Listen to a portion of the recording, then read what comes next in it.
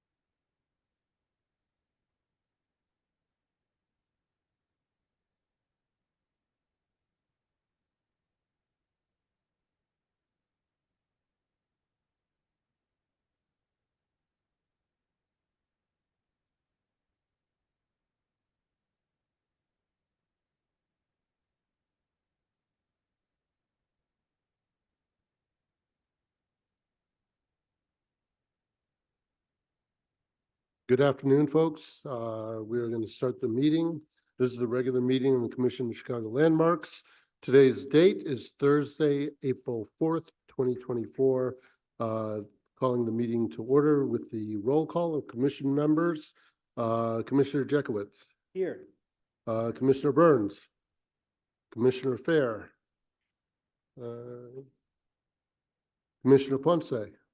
Commissioner Tolliver. And I'm Commissioner Wong. We do have a quorum, and hopefully a few other commissioners will appear later. I'd like to ask anyone wishing to make a statement on today's agenda to complete a public comment card and give the card to a member of the staff. Comment cards are available at the door. As a courtesy to other individuals wishing to offer comments, we ask that the member of the general public limit your statements to 3 minutes or less. When the time comes for public comment on the individual item on the agenda, I'll call the names from the cards and ask you to come forward to the microphone to make your statement. Please state your name and the interest, organization, or company you represent, if any. First item on the agenda is the approval of the minutes of the previous meeting of March 7th. Commissioner Jekowitz was the chair. If there is no other discussion, I'd like to request a motion to approve those minutes. Is there a motion? Is there a second? Second. All in favor, say aye. Anybody opposed? The motion carries unanimously. Item number 2 is we're going to actually skip that until Commissioner Boatwright appears.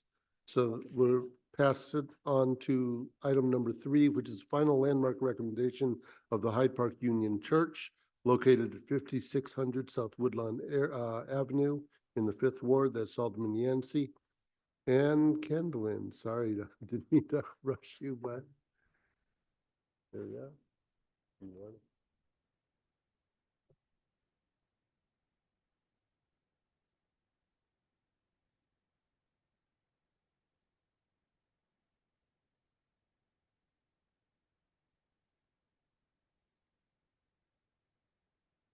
And for the record, Commissioner Boatwright is here, present.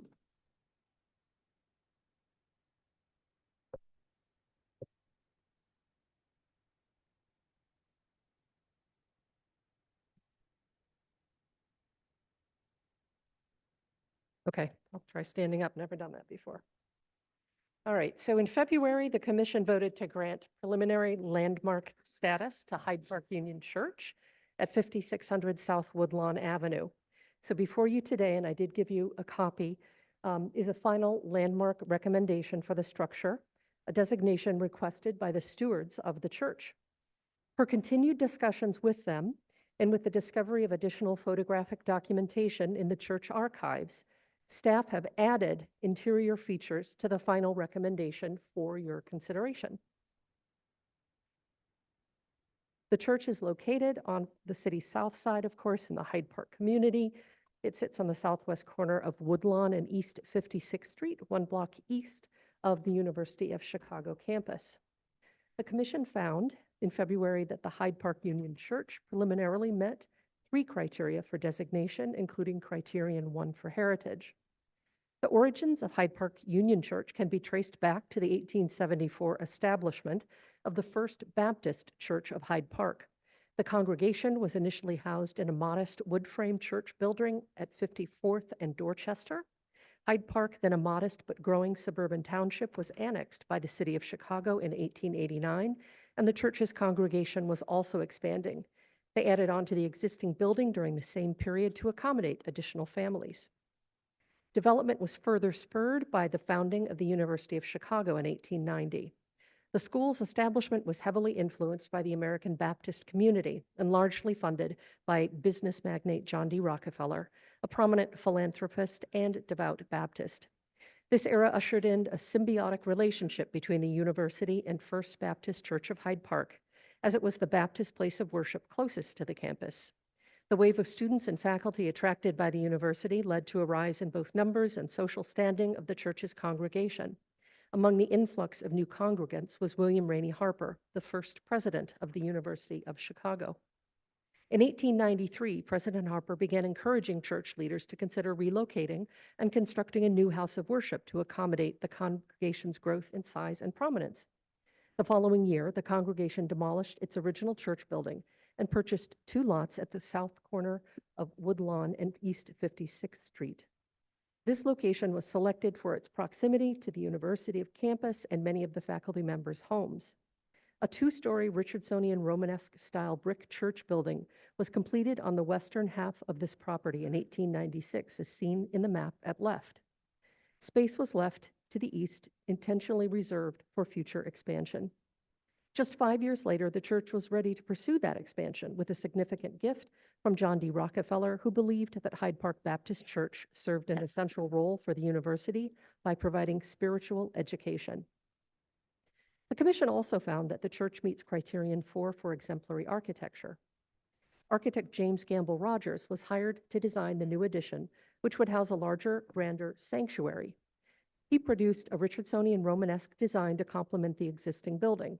Construction of the new sanctuary building was completed in 1906.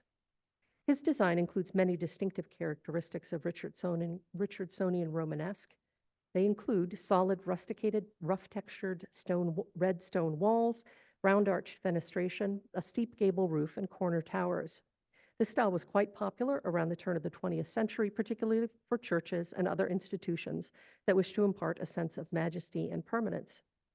Richardsonian Romanesque architecture is a variation of the Romanesque Revival style, which enjoyed a resurgence in the 1880s. It's named for architect Henry Hobson Richardson, whose personal adaptation of Romanesque Revival was established with the construction of Trinity Church in Boston in 1877. By the mid-1880s, his work expanded to the Midwest and Chicago, where he's best known for the massive Marshall Field wholesale warehouse, completed in 1887 and demolished in 1930, and the 1887 John J. Glessner House, a Chicago landmark. By the 1920s, Hyde Park Baptist Church was again in need of more space.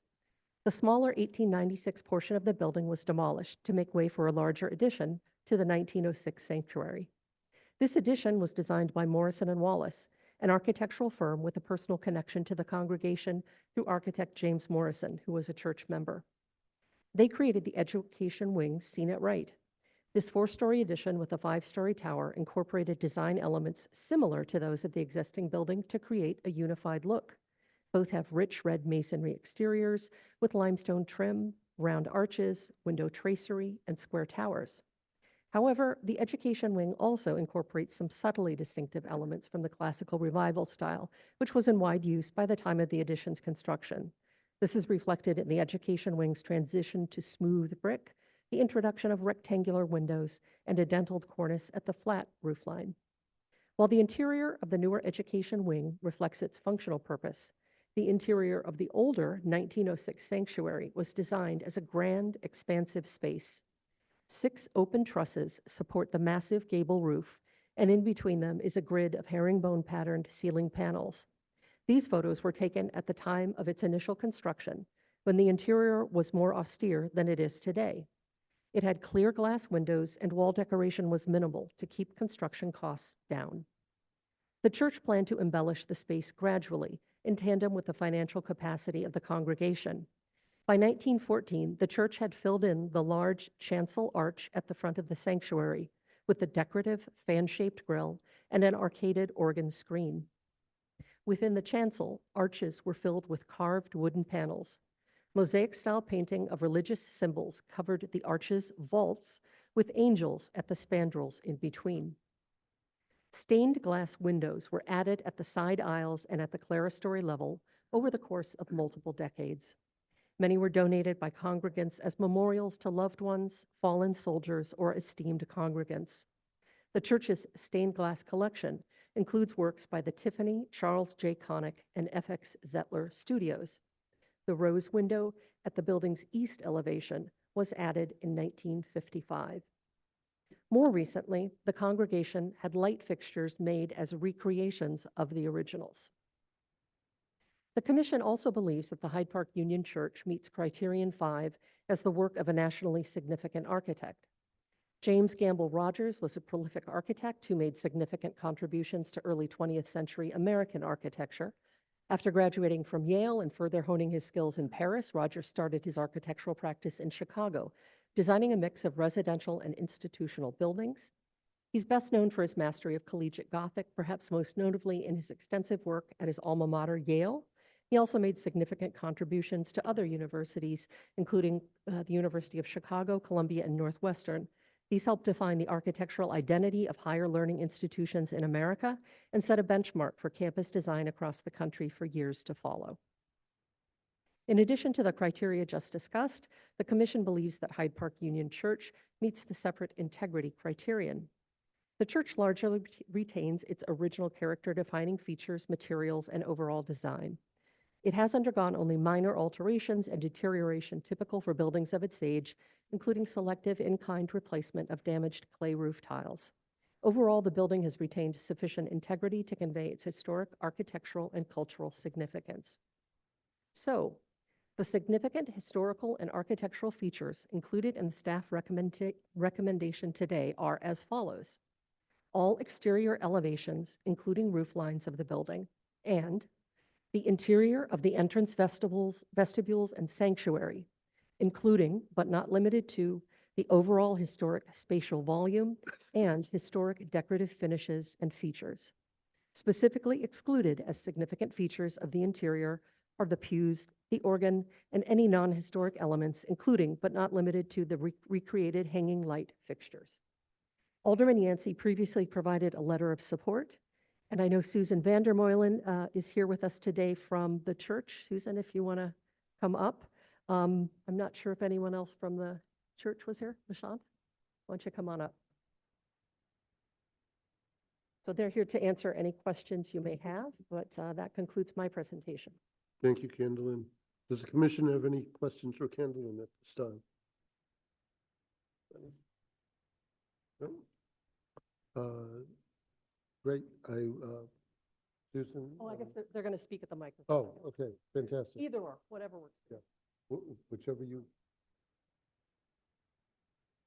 Yeah, I know. Come on down.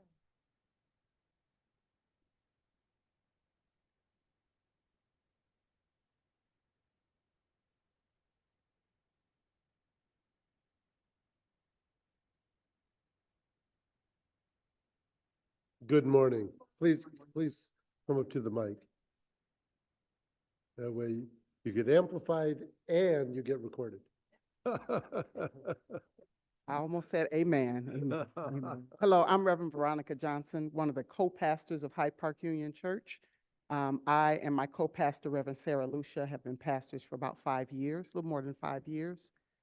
We are honored to pastor such a historic congregation, and we're learning more and more, about the history of this church and its connection to the University of Chicago and all that that means.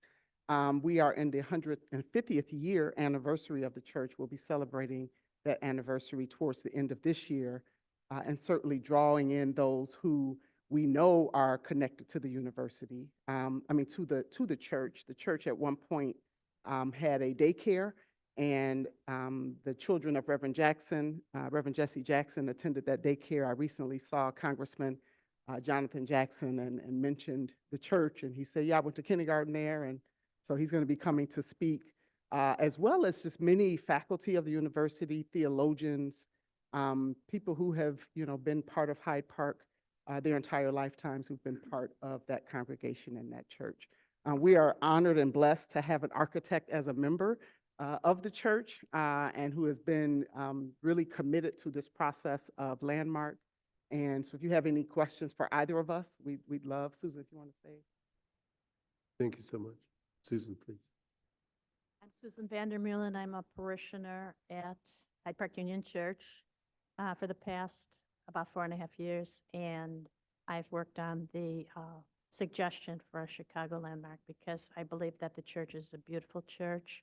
It has excellent architectural qualities and beautiful stained glass, and people come around to see it every year at Open House Chicago because it is such an outstanding example of a 1906 church with beautiful finishings.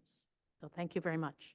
Wonderful. Does the commission have any questions for the applicants? None? Commissioner Hughes, welcome. I have to say, adding to the daycare story, that Mayor Daley's children also went to daycare at the church. So Well, I happen leave to, out I happen to Daley. grow up at the other church down the street. Down the street, Unitarian? University Okay. Unitarian. Absolutely. Sing at the choir the whole bit. Wonderful. So, nobody? Okay.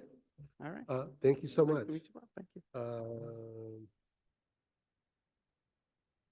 I can't read this. Let's go to Patrick Grossi.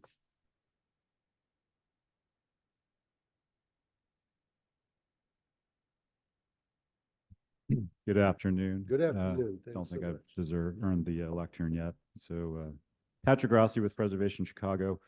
I want to just reiterate some brief comments Preservation Chicago has shared at previous meetings, signaling our continued support for the landmarking of Hyde Park Union Church. This distinctive 1906 church, designed by nationally significant architect James Gamble Rogers, is a vital and historic neighborhood resource. With a history heavily intertwined with the nearby University of Chicago, an exceptional exterior facade that hints at the grand designs Rogers would later become known for, and a longtime role as a public resource for Hyde Park faithful and beyond. The significance of this building is clear. We're also pleased to see previous discussion of landmarking select interiors move forward, including elements of Tiffany glass, which Preservation Chicago continues to strongly support. Amid so many church closures as of late, we have lost countless pieces of ecclesiastical art to demolition or theft or private sales.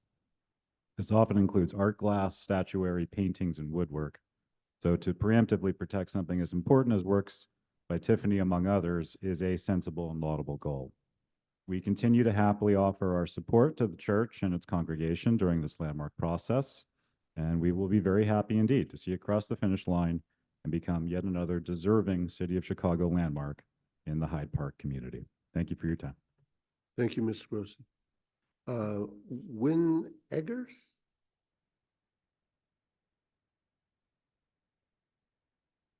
No?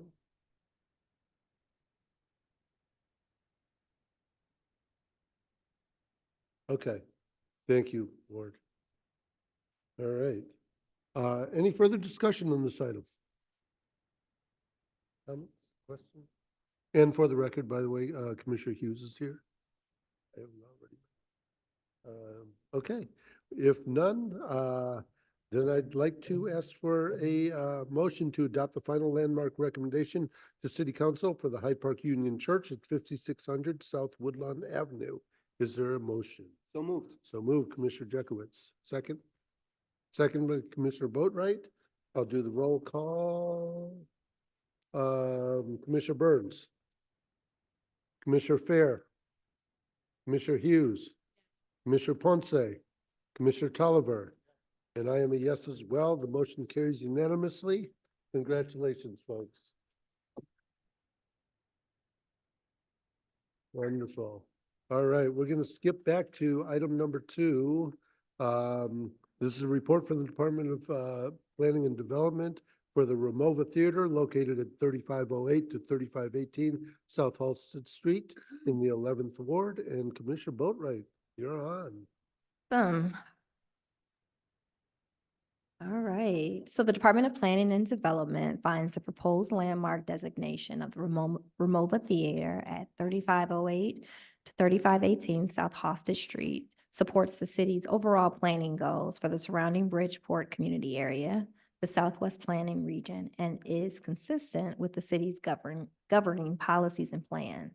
The property at 3508 to 3518 South Hosted includes the former Ramova Movie Theater and its adjacent 2-story commercial building, which collectively are referred to as Theater Block, and were completed in 1929. The overall site occupies a large lot on the west side of Hosted, just south of 35th Street in the 11th Ward's Bridgeport community area. The Ramova Theater closed in 1985, and after years of deferred maintenance, the city acquired the property through eminent domain in 2001. The property is classified as a business plan development number 1520 with an underlying zoning of C32, Commercial, Manufacturing, and Employment District. 2 blocks to the west is the Central Manufacturing District, the CMD, which is listed in the National Register. The CMD includes the former Spiegel Company Administration Building, an art modern style warehouse and office that was designated as a Chicago landmark in 2011. In 2019, a planning priorities report for the Bridgeport Canary View area was completed by the Chicago Metropolitan Agency for Planning, or CMAP. In the report, the variety of vintage architecture found along Hosted Street was acknowledged as a community asset. The Ramova was cited as one of 2 vacant historic resources whose rehabilitation could attract new businesses and serve as a key destination within Bridgeport.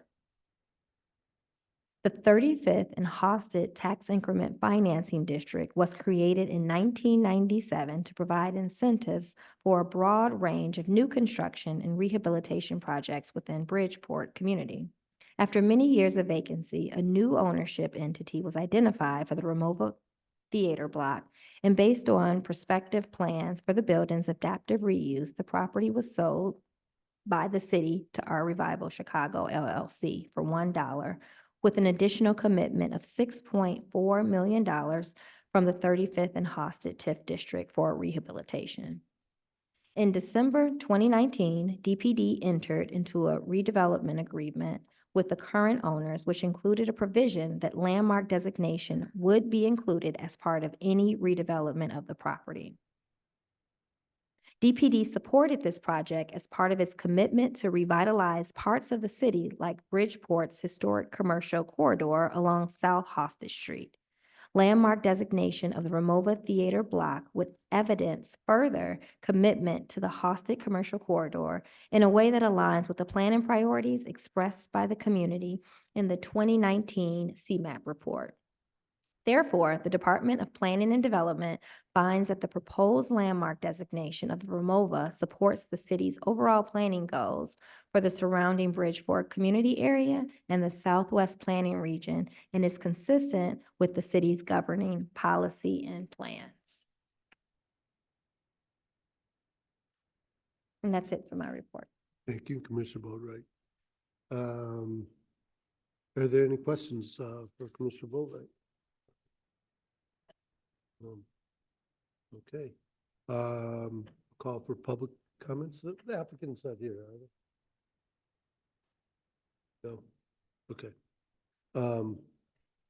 Ward, you're up.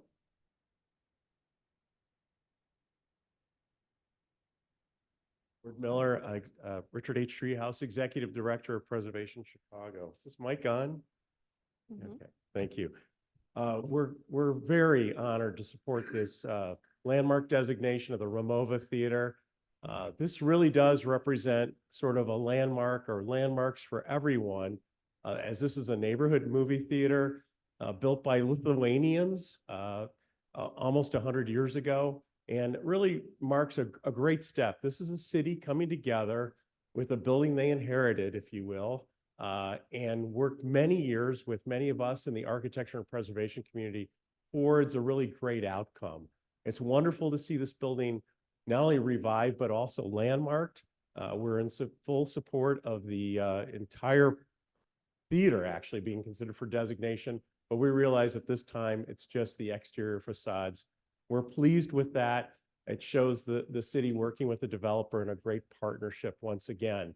So we're very, very pleased with this and support this. Many of us went to IIT as part of the architecture program and would visit the Ramova Theater to see movies when we lived on or around campus. So this also has a personal link to all of us. I also want to just take a minute and to say congratulations to the Johnson administration and Commissioner Boatwright on an amazing press conference yesterday announcing so many buildings on LaSalle Street and the perimeter of the downtown area of the financial district are being considered for redevelopment into residential with affordable components, and that many of those buildings that are not already landmarked will be coming into this process. And I just want to tell you how grateful we are to you and the administration and this department and to you, Commissioner, for making this a reality. This is really, these are great strides forward, so thank you. Thanks, Ward. Thank you, Ward. Nobody else has signed up to speak? Is there any further discussion on this item by the commission? I will say that if you have not gone to this theater, you've got to go check it out. It's absolutely amazing.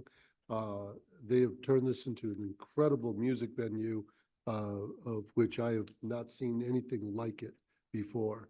And just so you know, the other thing is that the investors on this thing that include Quincy Jones, that includes Jennifer Hudson and Chance the Rapper, has made an incredible investment in this theater. And what's happening is amazing. It's good for the neighborhood. It's good for everything. That restaurant downstairs is serving the best chili you've ever had. So there you go. That's my little stick on that. With that, I'd like to request a motion to accept the department's report for the Ramova Theater and take the next step in the designation process to request the consent from the property owners. Is there a motion? So moved, Commissioner Hughes. Second, Commissioner Fair. Do the roll call. Commissioner Jekowitz. Yes. Commissioner Boatwright. Yes. Commissioner Burns. Commissioner Ponce. Commissioner Tolliver. And I am a yes as well. Motion carries unanimously. All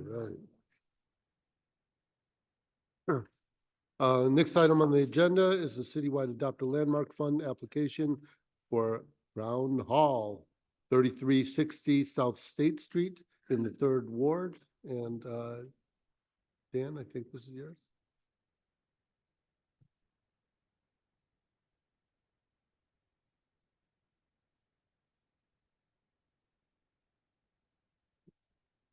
Oh boy, we got the all-star staff, folks coming down.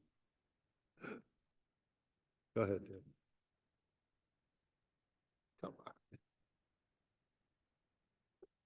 Good afternoon, Commissioners. In February, we informed you of 13 projects that DPD conditionally awarded grants to from the most recent Adopt a Landmark application funding round. You may recall that each of the projects are required to come back to the Commission for a vote once their scope and budget are fully developed. One of the applicants, the Illinois Institute of Technology, representing the SR Crown Hall at 3360 South State Street, has finalized the budget and scope for this project. IIT is requesting $250,000 in Adopt a Landmark funds for front porch and steps work totaling approximately $504,000. The remainder of the funds are coming from the Mies van der Rohe Society. For orientation, the subject building is located at 3360 South State on the IIT campus within the Douglas Community Area and the 3rd Ward, Alderman Dowell's ward. For a little background, the SR Crown Hall was completed in 1956, universally recognized as a defining structure of 20th century modern architecture. It is a masterpiece by Ludwig Mies van der Rohe, one of the world's premier architects. The building exhibits outstanding artistic qualities stemming from its superior craftsmanship and its clarity of structure. And it embodies Mies's principles of architectural education that have brought international acclaim to IIT. The south porch and steps of Crown Hall provide the access and procession to the front of the building, but wear and age necessitate the need to restore them as originally designed. The travertine steps float above the ground on a structure of steel consistent with the proportions and details of the iconic building. As you can see from the sample pics here, some of the steps are deteriorated and outright broken and are becoming detached from the steel treads. So, in a nutshell, the work for the project consists of documentation of and dismantling of all existing travertine stair treads and select terrace paving, removal of existing steel plate stair treads and replacement with new reinforced steel stair treads, and documentation of removal, restoration, and reinstallation of existing steel railings. In addition, the work will include preparation and painting of all existing and new steel elements, resetting of existing travertine stair treads in urethane sealant, replacement of damaged treads with existing attic stock travertine, resetting of all terrace travertine in a new grout bed to match existing, replacement of damaged paving with existing attic stock travertine, and repair of all corroded and deformed existing steel elements that will remain. To help accomplish all of this, the team, including architect Gunny Harbo, will work with commission staff to document all existing elements prior to disassembly and provide mock-ups and submittals of travertine and other project elements as required. The resolution before you to grant the Adopt a Landmark funds to the applicant includes an Exhibit A, which outlines the scope of work and budget, which I just summarized, and which includes $250,000 in grant funds for the $504,000 project. The resolution and drawings were included in your packets. Again, the Mies van der Rohe Society will provide the remaining funds, or approximately $254,000 of the project total. In addition, Exhibit A includes the main conditions associated with the project. In summary, the conditions are that all work must be submitted to DPD for prior review and approval. The work must be done in accordance with the Secretary of the Interior's standards. The applicant will notify staff of any undocumented conditions. The applicant will enter into an escrow agreement to assure the project is completed and paid for in a timely manner, and that the applicant will provide to DPD the necessary documentation of the project so that staff can also give an informational overview of the project to the commission once completed. Should you vote to approve the project, the department will then enter into a written agreement with the applicant that will incorporate the resolution. Again, the project is located in the 3rd Ward, and Alderman Dowell is supportive of the project. And with me today to help answer any questions are Cynthia Varanis, Director of the Mies van der Rohe Society, and Ed Pollack as well, Board Chair of the Mies van der Rohe Society. Thank you. Thank you, Dan. Does the commission have any questions for Dan at this time? Commissioner Ponce? Could you Hey. get the? All the time. I just have a question about the slip resistance of the travertine on a, rainy day like today. It's quite slippery, and just wondering what the thought was into doing that since we're restoring.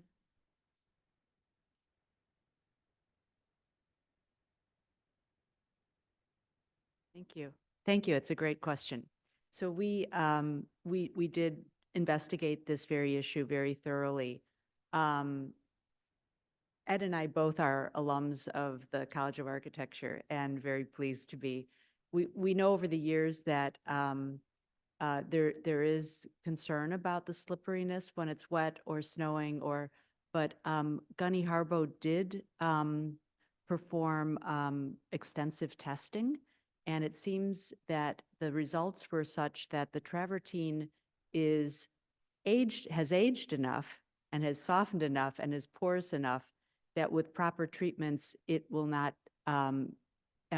propose an issue, generally speaking, that there are many contemporary materials that would not surpass the performance of the current travertine.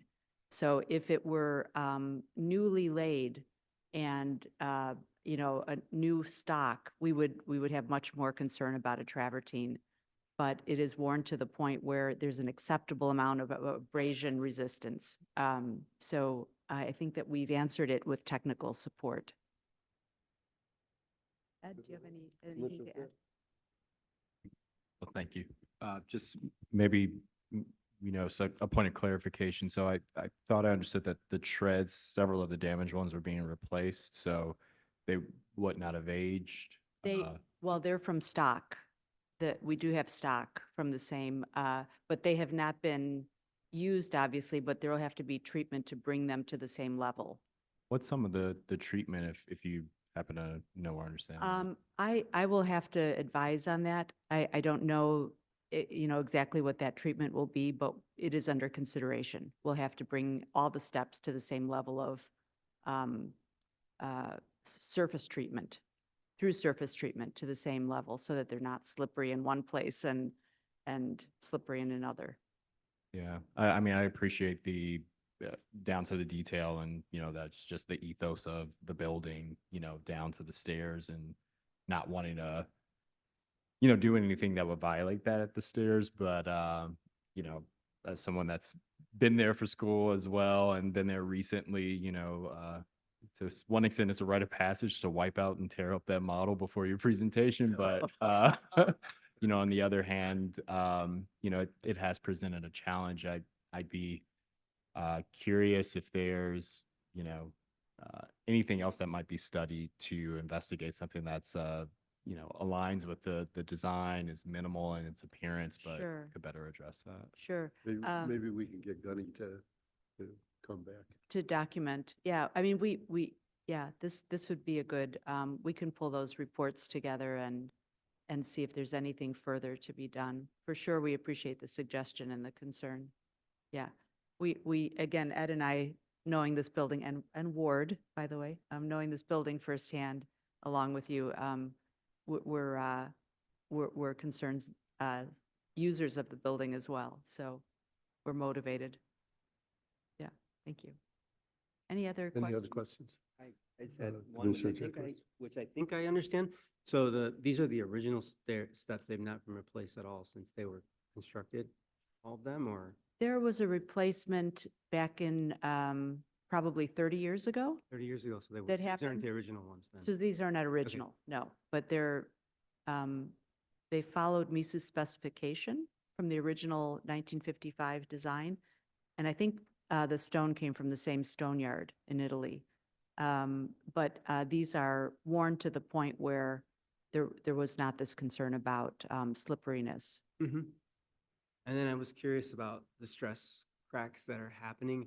Is that in laying, in the repairs, what is there consideration for, is that stress or is that just brittleness of material after time?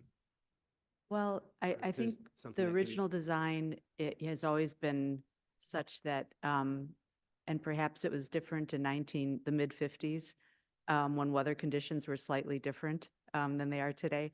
But I think the fact that there's stone sitting on a bed that sits on steel and the expansion contraction Yeah. being different in those two materials is always going to present issues.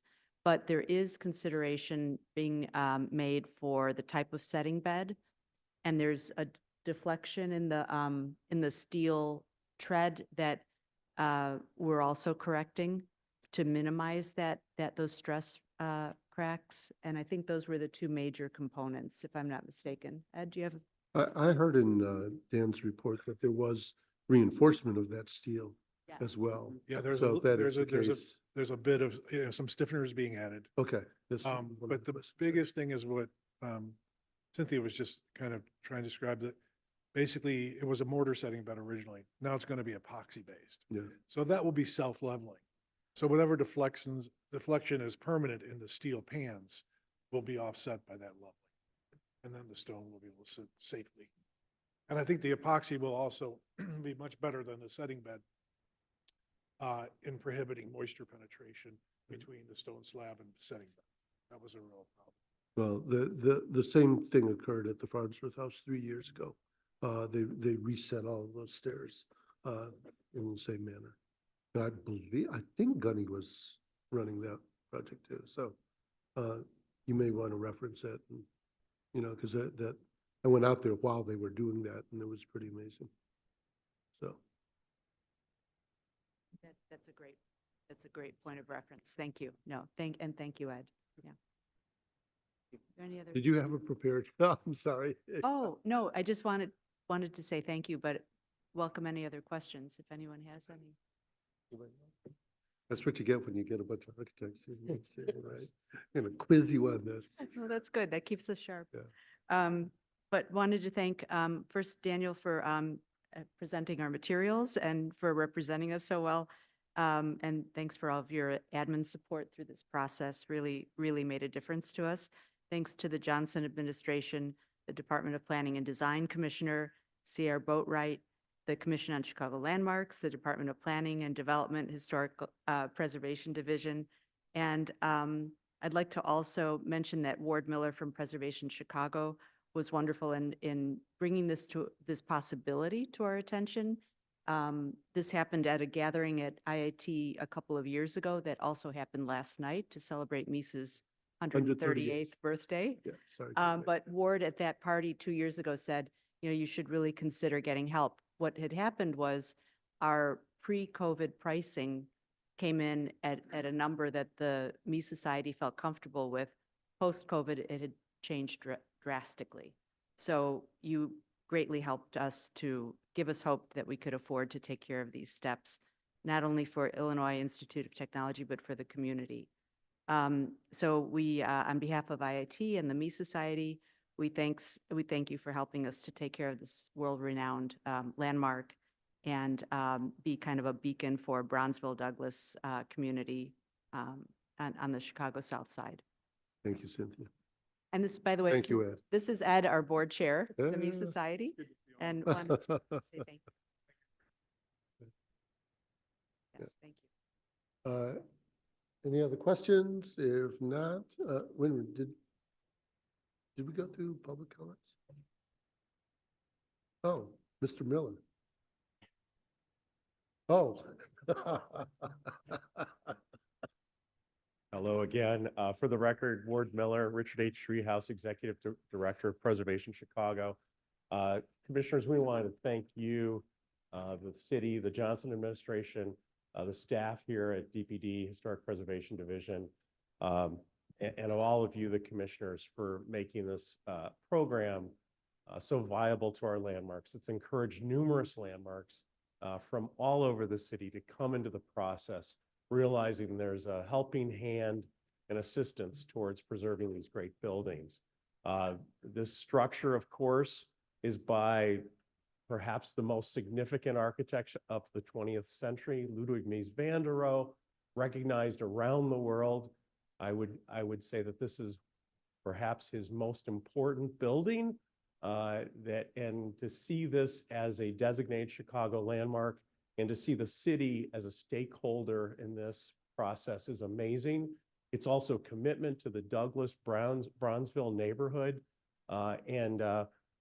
We at Preservation Chicago have been reaching out to the Mies van der Rohe Society and to IIT to not only encourage this building and maybe another building be considered for landmark designation, and also this Adopt the Landmarks program, but maybe looking to the future, we could see all 20 buildings by Ludwig Mies van der Rohe as part of the city's esteemed Chicago landmarks process, and these great buildings that are known the world over. So again, thank you again for all your help and assistance here.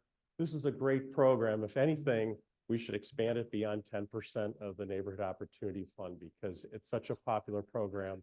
I know funds have to be running short, especially after COVID. But this is one of those great programs the city is a great investor in, and we're so proud to be part of it with all of you. So thank you. Thank you, Ward. Any other comments, questions, discussion on this? Hearing none, I'd like to request a motion to approve the resolution for the citywide Adopt a Landmark Fund grant for the SR Crown Hall at 3360 South State Street. Is there a motion? So move, Commissioner Burns. Second. Second, Commissioner Ponce. Do the roll call. Commissioner Jekowitz. Yes. Commissioner Boatright. Commissioner Burns. Commissioner Fair. Wait a minute, who? Yeah. Okay, sorry about that. Commissioner Hughes, you said yes. Commissioner Ponce, and you seconded it, right? Commissioner Tolliver. Yeah. And I am a yes as well. Motion carries. Congratulations. I'm so glad you guys aren't calling it Illinois Tech. Don't call it Illinois Tech. Thank you.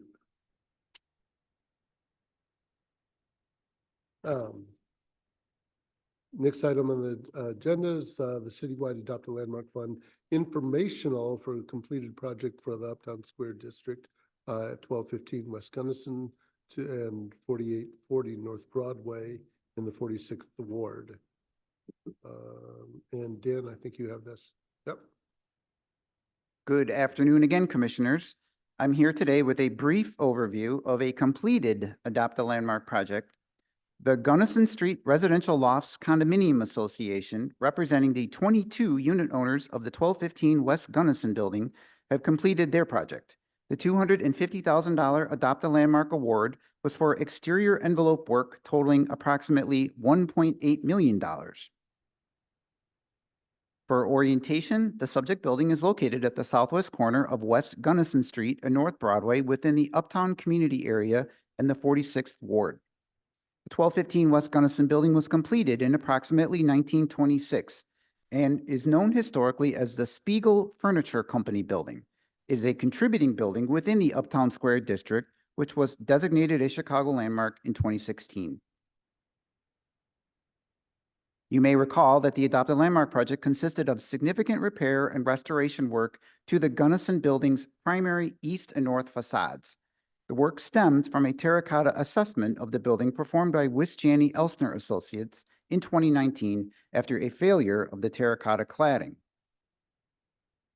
The photos in front of you show some of the preliminary work and measurements taken earlier last year, as well as work in progress. All of the stored terracotta units were cataloged and indexed for reinstallation. In summary, the project consisted of rebuilding the parapet walls on the east and north facades, including the removal, storage, and reinstallation of salvaged and newly fabricated terracotta units. Additional terracotta and steel work was completed for the second and third floor spandrel locations. In total, Boston Valley Terracotta created approximately 550 plus new terracotta pieces that were fabricated from approximately 175 plus pieces that served as molds. Terracotta was reinstalled with stainless steel anchorages per plans. Other work included removal and replacement of the wood decking and roof membrane on the balconies on the north facade, which is in front of you here. This work included repairing of roof drains, installation of new deck supports, insulation, and roof membranes, including flashings. Again, the total grant was $250,000, and the total project costs were about $1.8 million. And finally, the owners unfortunately were unable to make it to today's meeting, but we did receive correspondence this morning from them that they asked to have read into the record. I did not write this. We, the Gunnison Street Loft Condominium Association, had the distinct privilege of being granted $250,000 through the Adopt a Landmark grant program to renovate the building's terracotta facade. We want to announce our gratitude for all the assistance throughout the project from Dan Kleiber and Tyler Taylor. We could not have accomplished this project without their prompt and detailed responses and expertise. The building owners of Chicago are very fortunate to have this Department of Planning Historic Preservation Division. The Adopt a Landmark Grant Program, Dan Kleiber and Tyler Taylor, working in concert to make Chicago a wonderful place to live in. On behalf of the Gunnison Street Loft Condominium Association, thank you all. Wonderful. Didn't What, write it. did they request a Not raise? right. Did they request a raise for you too? That Commissioner didn't even Oh, hear it. Commissioner, you missed it. You missed it. I could read Condo it again. Association complimenting Dan and Tyler. You know, they want a raise. I could read it again if you want. Amazing.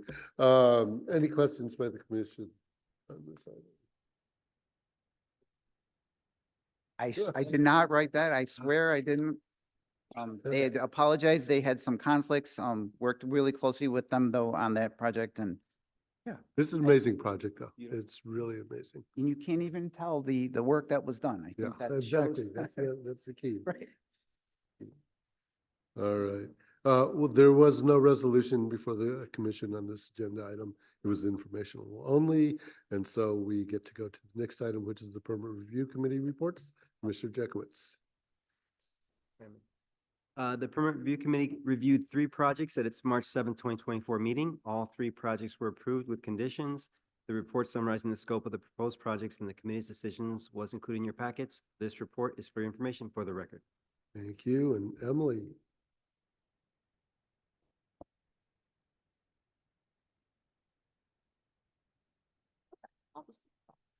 For the month of March, staff approved 141 permit applications. A total of 174 reviews were performed by staff, and the average number of days to issue approval or corrections was 3.6 days.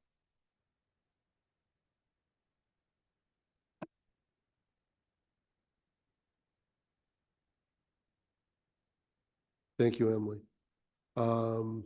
Next item is the announcement that in celebration of the National Historic Preservation Month, the Chicago Department of Planning and Development will hold the 2024 Chicago Preservation Expo on Saturday, May 18th, 2024. Through this free event, attendees will have the opportunity to connect with city staff, community and not-for-profit organizations such as WARD, professional service providers and trade experts at the forefront of historic preservation in Chicago. Learn more about the field of historic preservation and how you can access resources to help start or advance your own preservation project. The event will take place on Saturday, May 18th, 2024 from 10 to 2 o'clock at the Northwestern Pritzker School of Law at 375 East Chicago Avenue in the Thorne Auditorium. The keynote address is at 12 o'clock. Are you giving that? Or are you giving? Oh, Jeffrey Bear is giving it. Oh, wow. Okay. Well, advance registration is required to register and find additional information. Go to chicago.gov/preservation-month. With no further business, I'd like to request a motion to adjourn. Is there a motion? All in favor? No, there was a second. Yeah, thank you. Thank you. All in favor, say aye. Aye. Anybody opposed? Okay. You're 145, Permit Review Committee? We will start at 1:45. all right. Fantastic. Thank you. See, let's see. Yes.